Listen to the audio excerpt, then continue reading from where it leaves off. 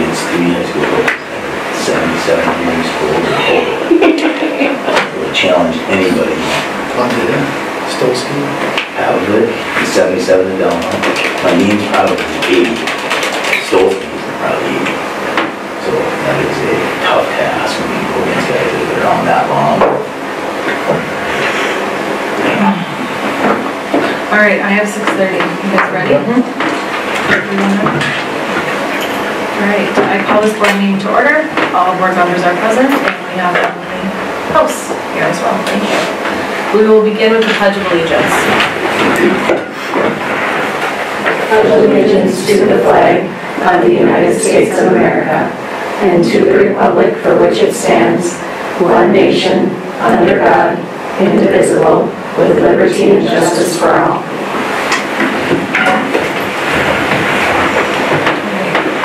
Motion to approve the agenda. Motion to approve. Second. Motion by Lynn, second by Shannon. Is there any further discussion?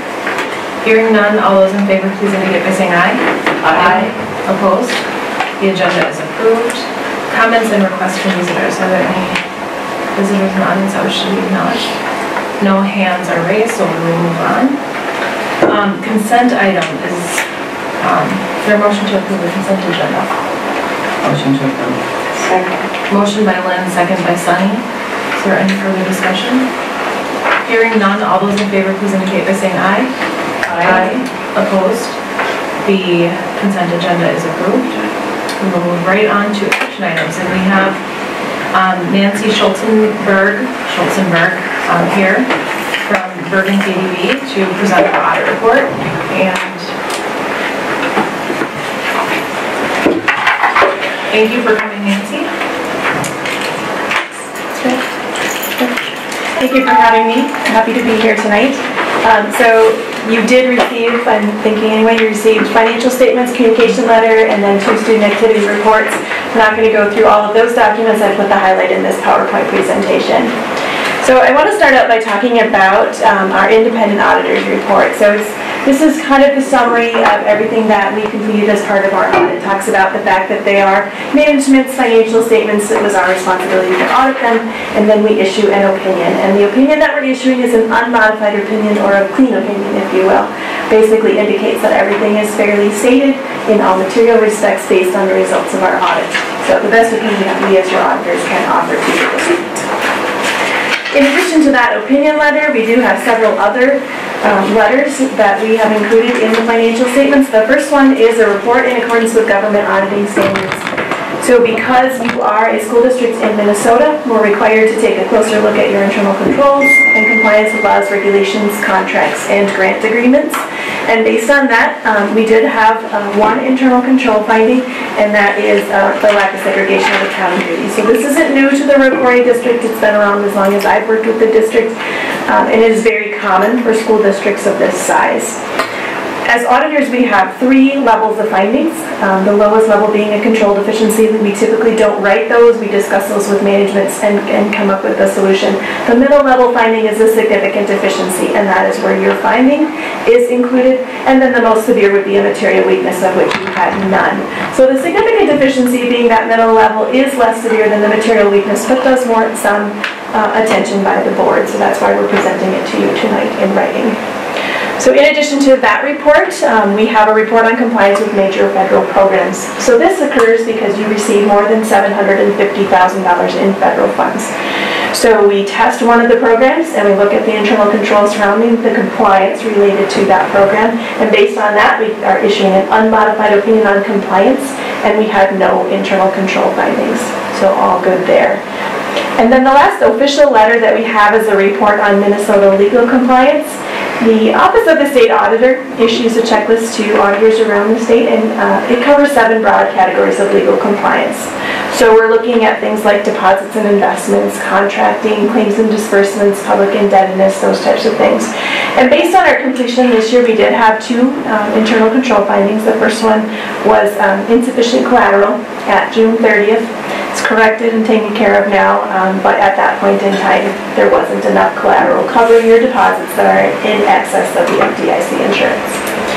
And then the other finding related to some contract wording, the statutes outline that every contract include verbiage that talks about prompt payment to subcontractors. And that verbiage was missing in one of the contracts that we looked at for the district this year. So those two things. And then finally in the communication letter we have several things. First of all, we have required communication. So there's about 4 pages in there. And these pages are very standard driven. So things that are auditing standards require us to put in writing to you as the board. I just want to tell you tonight that nothing in that section strays from our standard template language. It would be our vehicle if we had any issues or difficulties with management, if we uncovered anything significant, and all of that we had none. And then also in there you'll find a legislative summary and some emerging issues, some new standards coming forward, so read that at your leisure. And certainly let us know if there's questions that come from any of that. And then the financial analysis is where we're going to spend most of the time tonight. So starting out, we take a look at the general education formula allowance. So there's 2 components to the calculation of general education aid, because that is your largest funding source. We like to go through some of the history that you see there. So this first chart takes a look at the actual dollar of that allowance, and you can see if you key into 2019, it was $63.12, which was a 2% increase from 18, and we're projecting 2% increases for 20 and 21 as well.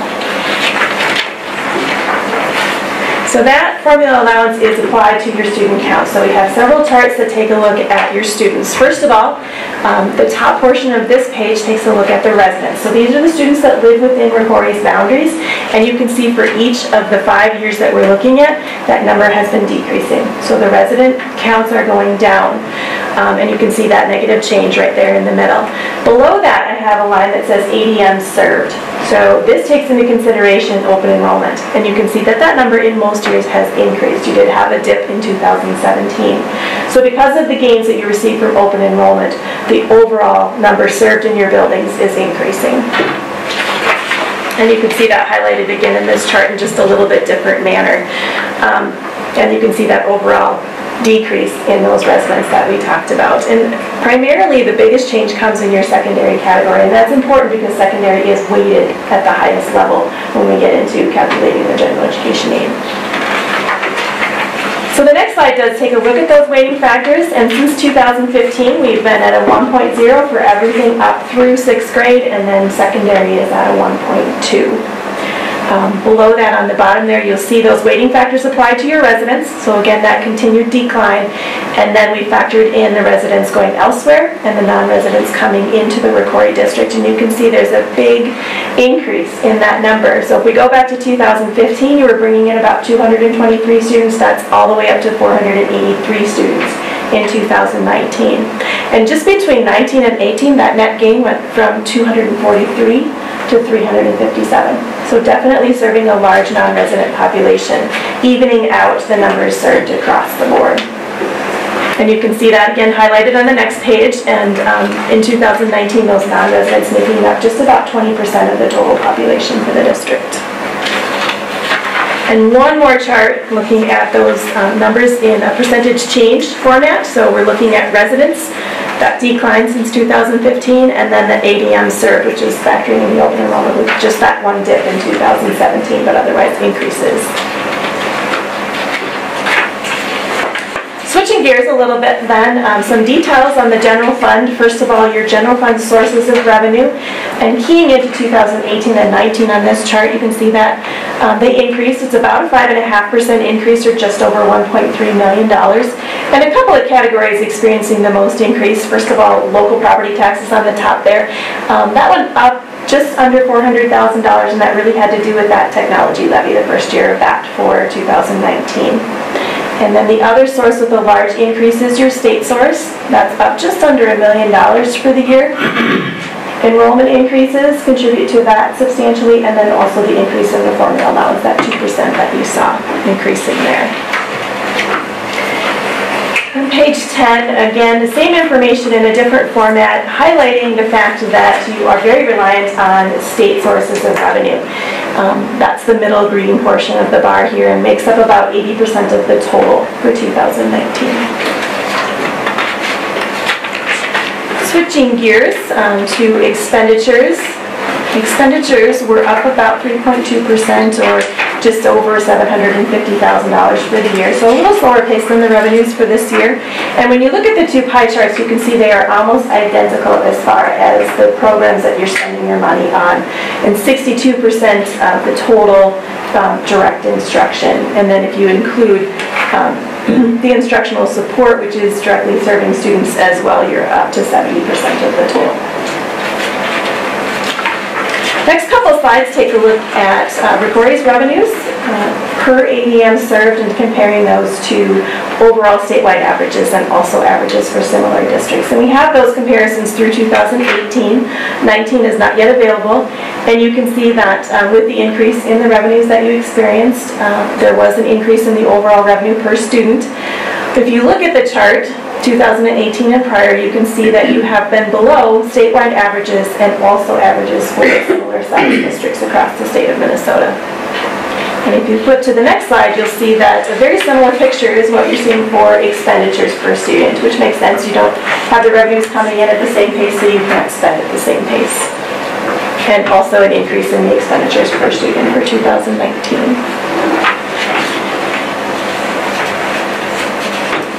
I'd like to take a little bit of a look at your general fund versus the budget. So originally you had approved a budget that expected an increase in your fund balance of about $50,000. That budget was amended and anticipated a small decrease in fund balance, and you actually outperformed that budget and increased your fund balance by about $182,000 for the year. If we look at the variance, which is the far right column, revenues over budget by about $168,000, which is a 0.7% variance, so very, very close to what you had anticipated, and the largest difference coming in the state sources, which is conservative budgeting for the pupil counts. The enrollment is a little bit tough to predict, especially when you have so many kids coming from other districts that you're serving. And then on the expenditure side of things, almost spot on for the budget. It's a 0.1% variance. That's not a variance that we see very often. So good projection on what you were anticipating for expenditures. And there are three categories that have some significant differences. First of all, regular instruction versus vocational instruction. You'll see that regular is over and vocational is under, and that has to do with the coding of a teacher. Without the proper certification to be approved in the vocational category, they were charged to the regular instruction. Almost netting each other out there. And then the other part that nets it out is if you look to the very last expenditure line, that fiscal and other fixed cost programs, that has to do with employee benefits that are budgeted there and then charged back to the other categories when they're actually spent. Page 16 takes a look at the general fund. Again, very high level, rolls all of the revenues and expenditures and the changes in fund balance together. So we've talked about the increases that you saw in revenues and expenditures and the increase in your fund balance. And then the bottom portion of this chart has all of the detail related to your fund balance. Starts out by separating the non-spendable items. So this is cash that has already left the building, can't be spent for future, so we're segregating that. And then you have some restrictions. Those are mandated by the state of Minnesota. Below that there is a committed balance, so that's approved by the board and has been consistent for the 5 years that we're looking at. And then there are some assignments. Those are for specific future expenditures. And finally down to the unassigned, 2 numbers up from the bottom. So you see the unassigned increased just slightly, about $15,000 for the year, and does sit at about 4% of the expenditure budget based on 2019. Your fund balance policy does outline a minimum of 6 to 8%, so you're still slightly below that fund balance policy. And one last chart on the general fund. This one looks at your fund balance percentage again in a little bit different way. So the state calculates the unrestricted fund balance as a percentage of unrestricted expenditures. And they do this to make sure districts aren't in statutory operating debt. It gives us a way to compare you to other districts across the state. So you can see that your line, the blue bar on the right-hand side, has been decreasing each year since 2016 and well below that statewide average, which is kind of staying right at 20%. So when you look at statewide average, is that comparing large school districts and small school districts? It is. It's all traditional districts. How does the size of the school district affect those trends? Those really small districts, a lot of the smaller districts in northern Minnesota have a much higher percentage. Okay. Because you know, if cold weather goes out, it's still a big hiccup and they need to save more money. So their unrestricted fund balance is typically higher. Okay. Central Minnesota, I would say typically higher than the 8% that you're at, but bigger districts definitely lower percentages. Thank you. Any questions on the general fund? All right, then I just have 2 more slides to take a look at your special revenue funds. First of all, food service. This fund experienced an increase in revenues and larger increase in expenditures, and that had to do with some kitchen equipment that was purchased during the year. So your overall fund balance did decrease about $41,000, but ending the year at $510 in the unrestricted category, which is about 35% of your expenditures, so still probably above where the state would like to see this fund. So hence the equipment purchases this year, and probably a letter, I don't know if you'll receive a letter, probably a letter from the state saying look at spending that down in the future. And then the last fund is your community service fund. You had pretty significant increases in both revenues and expenditures of this fund. A lot of that had to do with the kid care, the first full year of the kid care, and then also the expenditures. There was a coordinator hired for ECFE.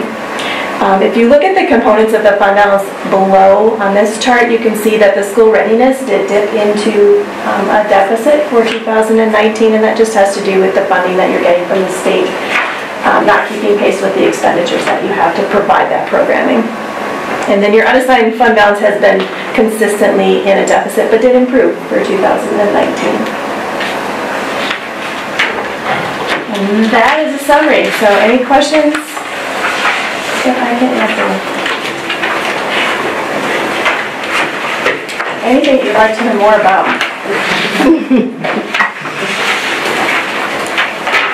All right. Good. Thank you. Thank you. Thank you.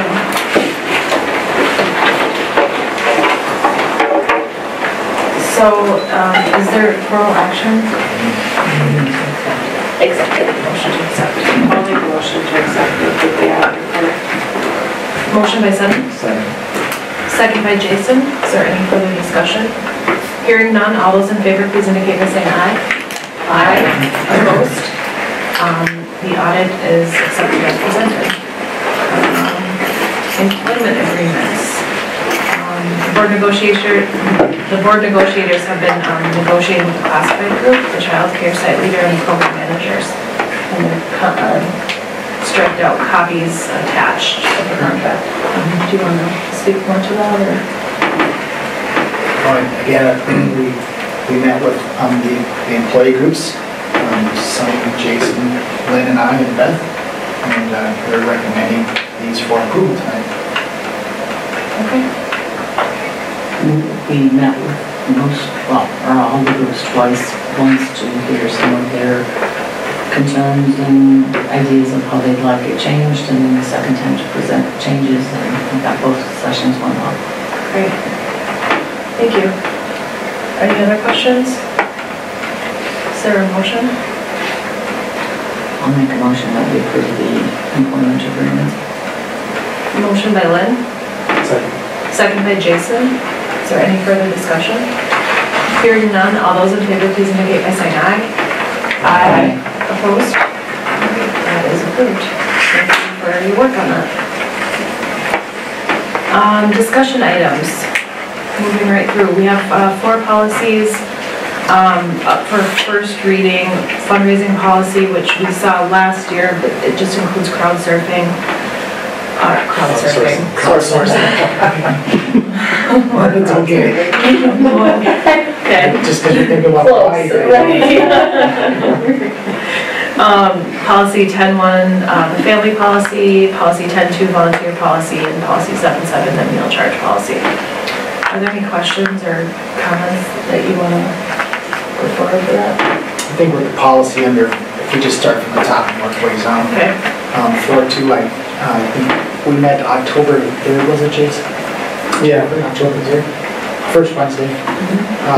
This policy, I believe, needs to move through to second reading with any recommendations you might have. But this just helps us to better manage GoFundMe type things throughout the school district. Are we having quite a few of them Some of them have popped up and we just don't know about what's going on, just don't know about them going on, and this just makes anybody who's doing a classroom GoFundMe also go through a process of at least alerting the principal for approval.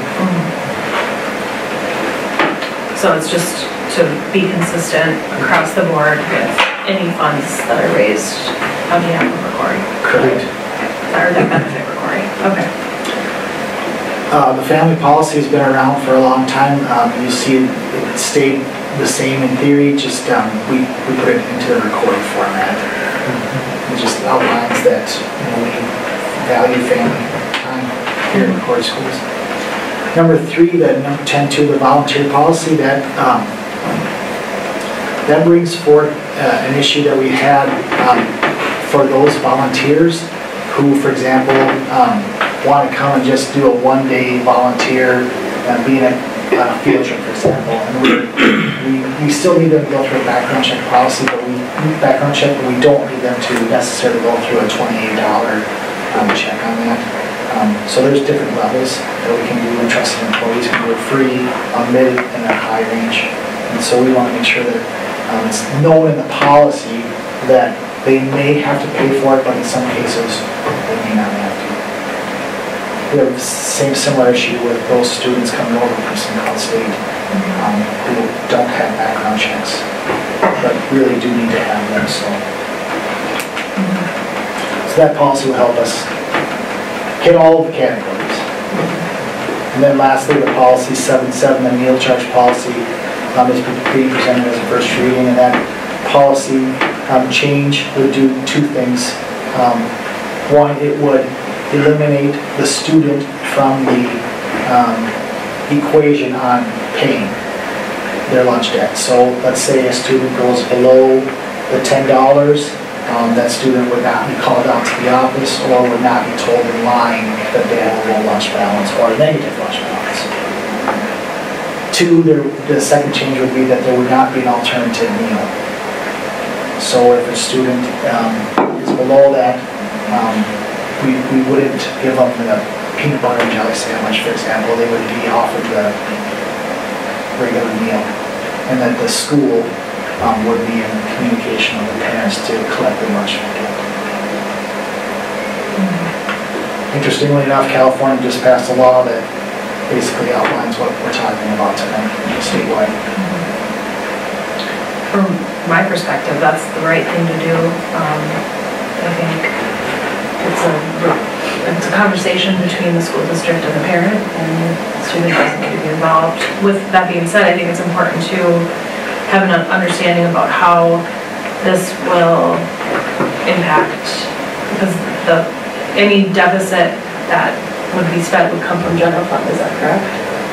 So just to make sure that have a clear understanding about how this policy change is going to affect us financially. Not that it changes our decision, I just think it's important to have all the information. So I don't know if that's something that we can track for the next couple of weeks. Well, what we could do, go ahead, Sharon. Well, so whose responsibility will it be to go through that? I mean, does it still fall back on the lunch staff where, it's kind of them, I'm assuming? Is it going to be them after hours and having to figure it out, or is it going to be someone in administration side? Chris, do you want to walk through the process that you have for notifying parents? You can come up and sit at the table if you want, or whatever you're most comfortable. Chris Barker is our Director of Food Service. Thank you. Thanks for being here tonight, Chris. So currently, we have a gal in this site from food service who calls families that are below 10, negative 10. Started out that she was just calling the secondary families, but now this year is also including the elementary. She puts together a list, and currently the students up here get offered the alternative meal.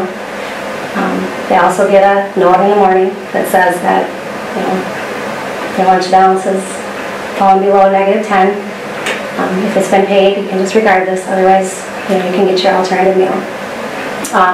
If they come through and take a regular meal, and just let them go through, and then we do have an Angel account that money gets pulled out of and pays for that meal. My thought is, if we don't do the alternative meal, my understanding is we would still call families. I think that personal phone call, I mean, they get automated calls, but I think the personal phone call is nice. They're able to ask questions. They can tell us, well, we don't get paid till Friday. Okay, no problem. And we just know we have good communication.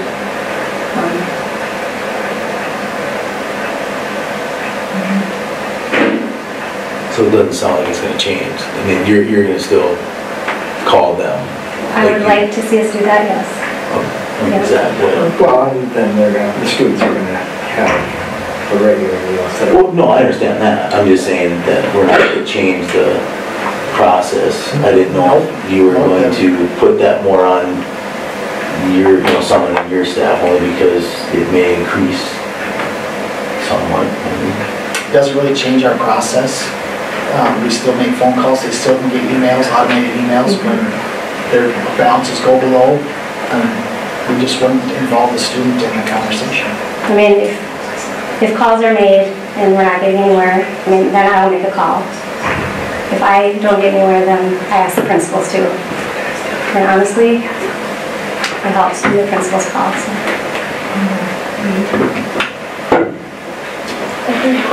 How many phone calls is your person having to make per week right now? I would say there's about 2 to 4 families a day. And that's elementary and secondary. So that's, 3 to a dozen kids. So what I'm wondering is if we can suspend our current process while we go through the 3 readings of this. So we would just direct. Starts getting regular. So we would just direct Chris to start that tomorrow, suspend the process that we talked about, and then but have the policy go through us 3 readings. I think it's important for the policy personally to go through 3 readings just to maintain that best practice, but what's the consensus with, it's gone through policy. You guys have discussed, or you guys have discussed it. Sorry, not you. So you guys have discussed it, so you would recommend moving forward with the policy, or you're comfortable with it as a policy? Well, I recommend it in practice for sure. I don't know that we have a acute grasp on the financial implications, like you said, not to say that changes the decision, but it creates a level of awareness. So if there is an increase in debt per se, because there is a delta, I imagine, between the regular meal and the alternative meal. What is that? What's our average? Like, how many? There's just a lot of data, I think, that we don't have, to just understand what the impact is going to be. Like you said, not to change the decision, but just create awareness. Right. You said you had an angel fund. I'm assuming people have donated money. Is there a way for anybody that's interested in helping out the program to do that, or how do you get money in that fund? Yeah, we're working on right? Wasn't one of the... The Angel account there was a GoFundMe set up last year for it, so it had like a one-time pretty large donation, and then we just had kind of random ones trickle in, so it's actually really low right now. It's less than $100, I would say, and we cover 3 to 4 students a day, roughly, with the Angel account. Yeah, depending. Kind of depends what we see coming through. But yeah, I mean, anyone can donate to it at any time. You just literally would have to write in a check to the district and Angel account, and we'll put it there. Is there any way that we can promote them? I feel like I've seen them The out there principals for are other gonna, schools, but yeah, not for our school. The principals are going to put it in their newsletters for this week. I don't know what the appropriate way is, just to put that out there. Yeah, you guys can make an internal discussion about the best way to handle that. On our website. Yeah. Well, we have to look in our rep track. We talked about that as our potential for a donation to rep track. So for consensus, I mean, is there consensus to have this go through 3 readings, collect a little bit more information, so we at least have you know, all the information, and then suspend current practices. I guess my question would be, will the data change our decision? I mean, not that we should still understand the data, but will the data change our decision? I mean, I'm kind of hearing everybody feels like this is the right. I don't think it would change the decision. It would just create a level of awareness and kind of understand better what the financial need is. Right. So then when it is time to promote an angel account, there's something to grasp onto, I guess. I guess I'm just, I understand your statement about, you know, maintaining our practice of 3 readings. Does this need 3 readings? Common sense would say no. That's kind of how I So, feel. if we're gonna put it into practice, and we're all saying that, we're gonna do it, we can save some time. And I think too, I mean, if we make it, I mean, people can still comment on it. I mean, the policies are always open for review regardless of, Yeah, if it's been adopted or not. so I think that doesn't preclude people from coming to comment on the change. I was gonna say, letting policy go through we would just make sure if there's any wording that's not quite appropriate or needs to be changed as we make this change, and give us time to tweak anything, but, you know, it may be just perfectly fine where it's at now, I just don't know. So policy committee reviewed it, has it gone through internal review? The changes that you see on the agenda for tonight is the internal review. Oh, it is the internal review, okay. So is there consensus that people want to adopt it tonight, or? I think if we're going to change practice, we should have a policy that matches that. People can comment, you know, at the next meeting or 2 meetings or any meeting. And then I think stepping back, walking back personally, my view of the data, I think you can collect a ton of data and it can be really rigorous. I think to your point, does it change? I think that's an important, because it costs money to collect that data through your time. Right. But I think it's important to have just like a rough understanding, like this is gonna cost about $10,000 a year, like in our budget. Yeah, an absolute estimation, because I do think we owe that to the public, to just, if we're gonna make a financial change, to just have some sort of idea of what impact that might have. And part of the difficulty is that, you know, we don't know how many people are taking the bag lunch, how many people were not taking the lunch. Right. Because of the situation, so that variable is sort of... It's an unknown. There's an unknown increase that we just can't anticipate what that's gonna be. Okay, so I think there's consensus on this, that we're moving forward, that we'd like to have a little bit of information, so we're at least eyes wide open. Right. Yeah, and that how it impacts the bottom line budget. But it sounds like people are ready to have a vote today, and if there's issues with the language, we can always bring it back for further discussion. Right. Okay, exactly. All right, so is there a motion to approve, let's see, on our page now, the policy 77, the meal charge policy? I'll make a motion. Motion by Shannon. Second by Jennifer. Is there any further discussion? Hearing none, all those in favor, please indicate by saying aye. Aye. Opposed? The policy 77, the meal charge policy is amended as presented. Thank you, Christine, for your time and your work on this. I appreciate it. Okay. Let's move on. Administrative and board reports. First up is you, Brad. I just added the enrollment report as of October 1st, and you can see that we are at 2,204. So we did dip from opening day. Those are typical of what happens when we find out who actually did attend the first month of school and who didn't. So Not a significant change though. not a significant change when you get to over 2,001 active students, but just for your awareness. Okay. Let's see, are we doing board reports?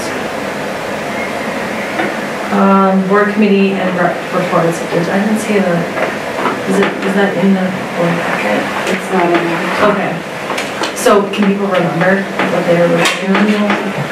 How did you do with the second? Yeah, I did too. Yeah, it's not at the work It is session. on there, but No, we So- took- yeah. Okay, so we'll, everybody's comfortable moving us to the next meeting, okay. Oh, actually, something to report. Right, because you guys just recorded it at the last meeting. Okay. Upcoming events and activities, you can see that on page 230. Anything of importance that you want to point out? Just a reminder that on the 28th, we will have the equity leadership or literacy workshop for the board. It's at 5:15, is it? Yep. And then we'll go right into the meeting at 6:30. Okay. All right. Perfect. Is there a motion to adjourn? Motion. Motion by Shannon? Second by Sunny. Is there any further discussion? Hearing none, all those in favor, please indicate by saying aye. Aye. Opposed? The meeting is adjourned.